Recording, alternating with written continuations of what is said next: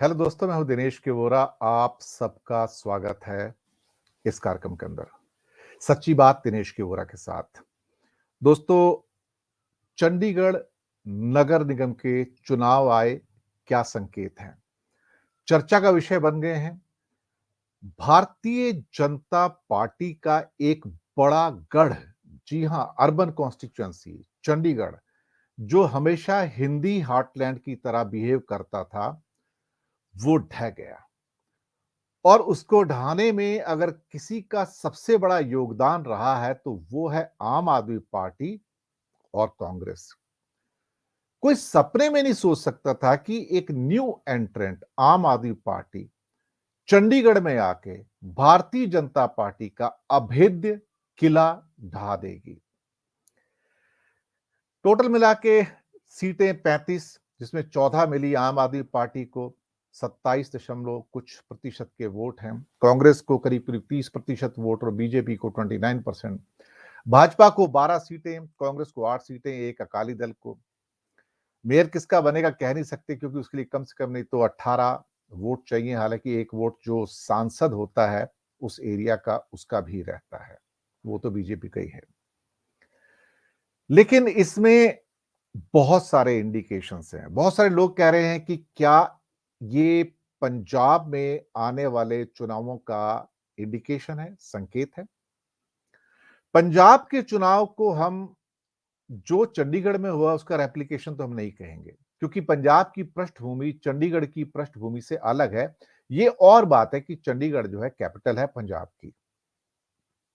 लेकिन पिछले कई चुनाव में अगर आप देखें 2014, 2017, 2019 के, तो उसमें चंडीगढ़ ने एक तरह से हिंदी हार्टलैंड की एक्सटेंशन का काम किया है। यानी कि उसका झुकाव भारतीय जनता पार्टी की ओर ओवरवेलमिंगली रहा है, जबकि पंजाब ने भाजपा के खिलाफ लगातार तीनों चुनाव में वोट दिया। 2014 के लोकसभा चुनाव में, 2017 के विधानसभा चुनाव में और 2019 के, दरअसल कहा जाए तो, लोकसभा चुनाव में फिर से। लेकिन चंडीगढ़ उसका अपवाद रहा। वो पंजाब के पैटर्न पे कभी भी देखा जाए तो उसने वोटिंग नहीं की। चंडीगढ़ एक अर्बन कॉन्स्टिट्यूएंसी इसलिए भी थी कि वहां पर सब पढ़े लिखे लोग हैं, नौकरी पेशा लोग हैं। वो अलग ढंग से सोचते हैं पंजाब की बनस्पत, जहां पे लोग लुधियाना या इसे कहा जाए कि जालंधर है, अमृतसर है और बाकी शहर हैं, वहां पर पटियाला भी है। लेकिन पंजाब के अंदर एक बहुत बड़ा एरिया गांव का भी है, जो पंजाबी जाट या सिख जाटों से देखा जाए तो वहां पर सारा का सारा है।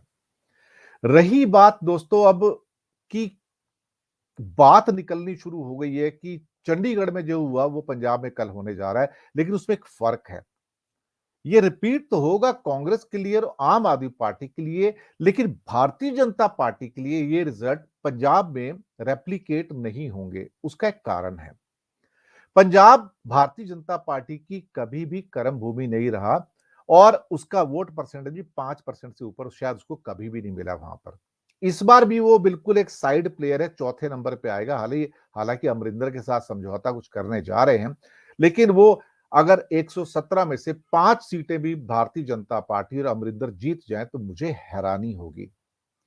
तो ले दे के वहां पर 2 प्लेयर बचते हैं और तीसरा प्लेयर आएगा अकाली दल, जो कि बहुत नीचे के लेवल पाएगा। उसकी मेजोरिटी पाने की कोई चांस नहीं है, क्योंकि उन्होंने अपनी जमीन काफी गवा दी है पंजाब के अंदर।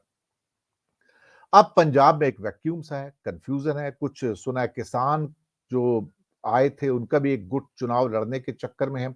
लेकिन आंदोलन करना और वहां पर जाकर चुनाव लड़ना दो अलग चीजें हैं। एक वैक्यूम की स्थिति है। उस वैक्यूम की स्थिति में जहां कांग्रेस अपना प्रभुत्व खोता हुआ नजर आ रही है, खासतौर से पंजाब के अंदर, वहीं आम आदमी पार्टी को इस बात का 101% फायदा मिलेगा।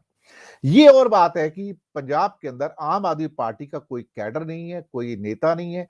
एक भगवंत मान है और बाकी किसी को ऊपर आने का चांस मिलता नहीं है। आम आदमी पार्टी की एक सबसे बड़ी परेशानी यह है कि उन्होंने अपने कैडर या लोकल लीडर्स को डेवलप करने में कभी भी कोई इंटरेस्ट नहीं दिखाया। वो ले दे के केजरीवाल की पार्टी रही है, उसके अलावा उसके पास कोई चेहरा नहीं है। दिल्ली में मनीष सिसोदिया है या थोड़ा बहुत राघव चड्ढा है जो उनके रिप्रेजेंटेटिव है। अदरवाइज अगर आप पूछो कि आम आदमी पार्टी का कोई लीडर इंडिया में है तो कोई नाम नहीं बता पाएगा। भगवंत मान को भी कोई एश्योरेंस नहीं मिलती नजर आती है, हालांकि वो एक ऐसे व्यक्ति हैं जो बेहतरीन बोलते भी हैं, बोलने के साथ वो लोगों में उनका प्रभाव है, वोट भी मिल सकते हैं। लेकिन सच्ची बात तो दोस्तों ये है कि पंजाब इस टाइम एक ऐसी पहेली के रूप में निकल कर आ रहा है कि जिसको चंडीगढ़ के चुनाव परिणामों से मिक्स करना ठीक नहीं होगा, क्योंकि यहां पर बीजेपी के 29% वोट हैं और बीजेपी किसी भी हालत में पंजाब के अंदर 29% तो छोड़िए 9% वोट भी नहीं ले सकते। वो 3-4%, 5% के आसपास अटक जाएंगे और अगर उनको 2-3 सीट मिल जाए पंजाब में तो उन्हें ऊपर वाले का शुक्रिया अदा करना चाहिए। ये पंजाब की पृष्ठभूमि है। तो दो टॉप के जो प्लेयर होंगे वहां पर देखा जाए तो वो होगा, क्या कहते हैं कि एक तो आम आदमी पार्टी और एक कांग्रेस। कांग्रेस ने अपनी भूमि गंवाई है, इसमें कोई शक वाली बात नहीं, आपसी लड़ाई के चक्कर में। लोग कह रहे हैं कि चंडीगढ़ के चुनाव एक बहुत बड़ा कैटास्ट्रोफिक फॉल है वोट परसेंटेज में कि भाजपा के लिए। भाजपा की सीट जो 55-60% वोटों के आसपास थी, पिछली बार 26 सीटें थी, 21 सीटें उनके पास थी। ये कैसे हुआ कि परिसीमन के बाद यानी कि डिलिमिटेशन के बाद वहां पर सीटें बढ़कर 35 हुई और भाजपा 12 सीटों पर सिमट गई? ऐसा क्या हुआ कि भारतीय जनता पार्टी ने अपने लोगों को नाराज ही नहीं किया, बल्कि पढ़े लिखे लोग उनको वोट देते हुए नजर नहीं आए? कई पॉलिसी ऐसी थी, चाहे पानी के रेट बढ़ाने की या कुछ थी, जो लोगों को पसंद नहीं आई। अगर एक अर्बन कॉन्स्टिट्यूएंसी में जो हिंदी हार्टलैंड के एक्सटेंशन के रूप में काम कर रहा था वहां पर अगर वो बीजेपी को इतना बड़ा फॉल दे रहा है तो ये चेतावनी बीजेपी के लिए बाकी क्षेत्रों में हिंदी हार्टलैंड में जो राजस्थान भी है, दिल्ली भी है, जहां पे उत्तर प्रदेश, हरियाणा भी है, हिमाचल भी है और साथ में मध्य प्रदेश और छत्तीसगढ़ है। छत्तीसगढ़ से भी एक इंडिकेशन निकल के आता है जिसको लोगों ने शायद मुझे लगता है कि शायद उसको देखा नहीं है। मैं आपको बता देता हूं, छत्तीसगढ़ ज्यादा करके गांव का एरिया है। रायपुर उसकी जो राजधानी है वो आधा अर्बन आधा आप कह सकते हो कि नॉन अर्बन एरियाज हैं। लेकिन एक एरिया ऐसा है जो भारतीय जनता पार्टी का बहुत बड़ा गढ़ था छत्तीसगढ़ के अंदर और वो था भिलाई। भिलाई स्टील प्लांट करीब करीब 40-50 किलोमीटर की दूरी पर है रायपुर से, राजधानी जो है छत्तीसगढ़ की। वहां पर अभी हुए वही नगर निगम टाइप के चुनाव के अंदर भारतीय जनता पार्टी का गढ़ भिलाई वो उसके हाथ से खिसक गया। अब वहां पे तो सारे इंजीनियर्स हैं, टेक्नोक्रेट्स हैं, मैनेजर्स हैं, सब पढ़े लिखे लोग हैं जो भारतीय जनता पार्टी के बहुत बड़े सपोर्टर थे।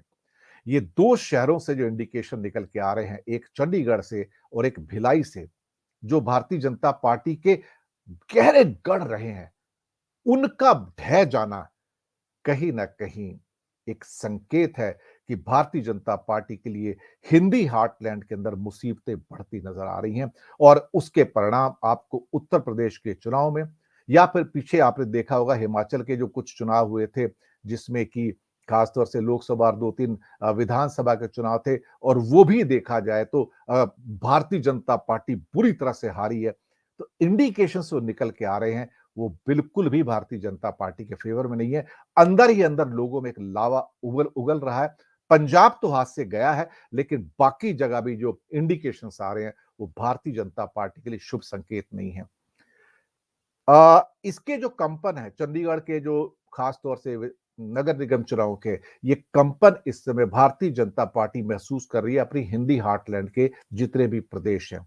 और ये आप देखेंगे जल्दी कि इसके परिणाम जब 5 राज्यों के चुनाव होंगे, आपको वहां देखने को मिलेंगे कि भारतीय जनता पार्टी का जो वोट परसेंटेज के अंदर जो फॉल होगा, वो भी कैटास्ट्रोफिक होगा और हो सकता है कि वो कुछ राज्य गवा भी दे या अगर कुछ रिटेन करेंगे तो बहुत लो परसेंटेज से करेंगे, जो कभी भी 2017 के वोट परसेंटेज से मैच नहीं करेंगे।